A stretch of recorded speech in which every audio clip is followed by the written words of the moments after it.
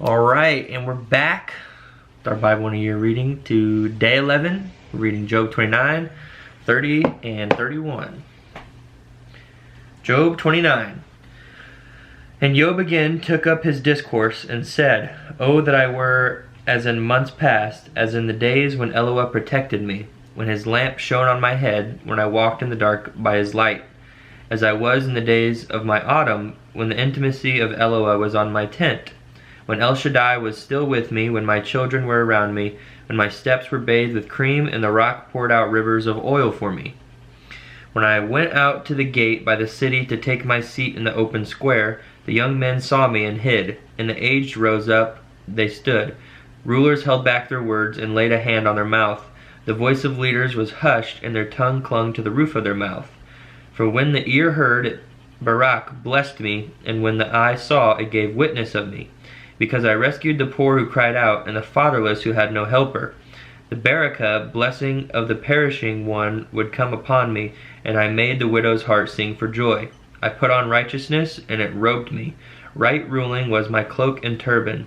I was eyes to the blind, and I was feet to the lame. I was a father to the poor, and I investigated the case which I did not know.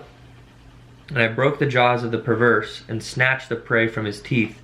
Then I thought I would die in my nest, and increase my days as the sand, my root reaching out to the waters, and dew lying all night on my branch. My esteem fresh within me, and my bow renewed in my hand.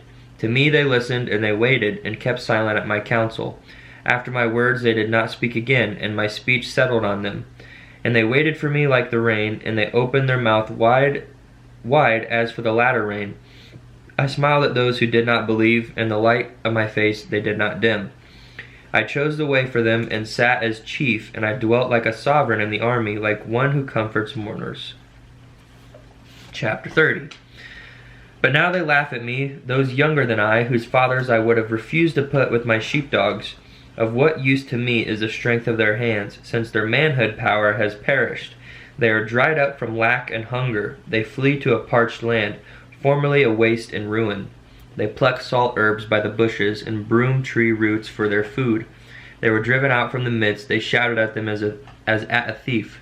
To dwell in the gullies of wadis, holes of the ground and clefts.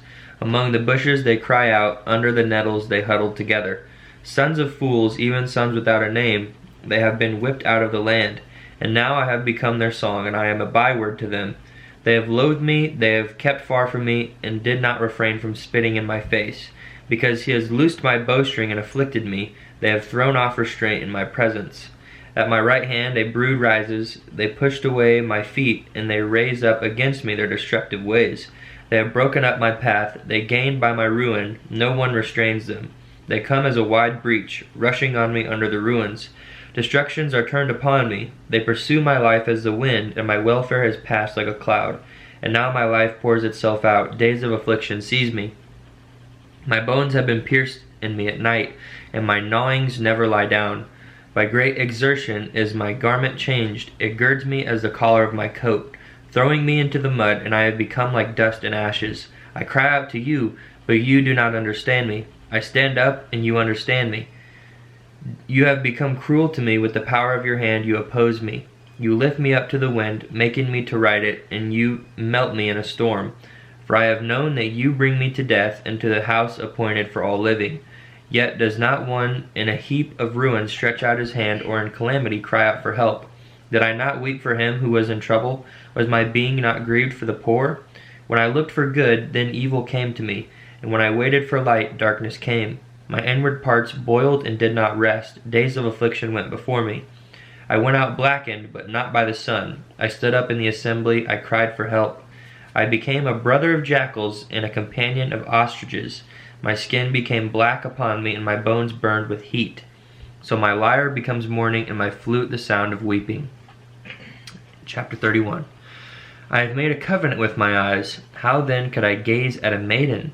For what is the portion of HalleluYah from above, and the inheritance of El Shaddai from on high? Is it not calamity to the perverse, and strangeness to the workers of wickedness?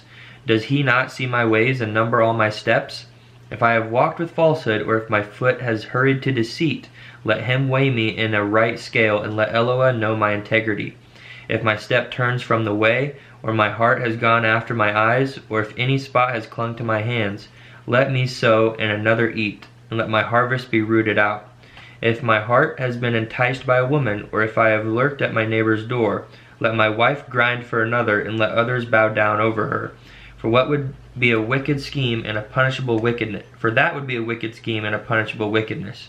For that would be a fire that burns. You're good. That would be a fire that burns to destruction and take root among all my increase.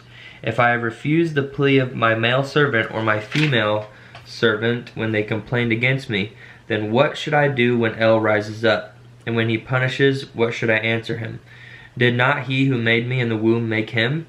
And did not one fashion us in the womb? If I have withheld the poor from pleasure, or caused the widow's eyes to fail, or eaten my piece of bread by myself, and the fatherless did not eat of it, but from my youth he grew up with me as a father, and from my mother's womb I guided her.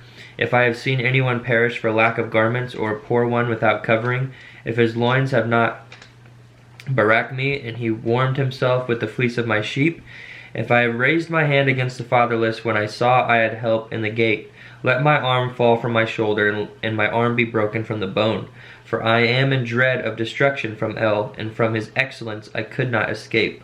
If I have put my trust in gold, or called fine gold my refuge, if I have rejoiced because my wealth was great, and because my hand had gained much, if I have looked at the sun when it shines, or the moon moving in brightness, so that my heart has been secretly enticed, and my mouth has kissed my hand, that too is a punishable wickedness, for I would have denied El above. If I have rejoiced when he who hated me was ruined, or lifted myself up when evil found him, also I have not allowed my mouth to sin by asking for a curse on his life. If the men of my tent did not say, who is there that has not been satisfied with his meat? The stranger did not have to spend the night in the street, for I have opened my doors to the way. If I have covered my transgressions like Adam, by hiding my wickedness in my bosom, then let me fear the great crowd, and dread the scorn of clans, then I would be silent, and go out of the door. Who would give me a hearing? See my signature. Let El Shaddai answer me, and let my accuser write an account. Would I not take it up on my shoulder, bind it on me for a crown? I would declare to him the number of my steps. I would approach him like a prince. If my land cries out against me, or its furrows weep together, if I have eaten its fruit without payment, or caused its owners to die, let thistles grow instead of wheat, and useless weed instead of barley. The words of Job are ended. Awesome. Thanks for joining me. Bless you, and see you next time.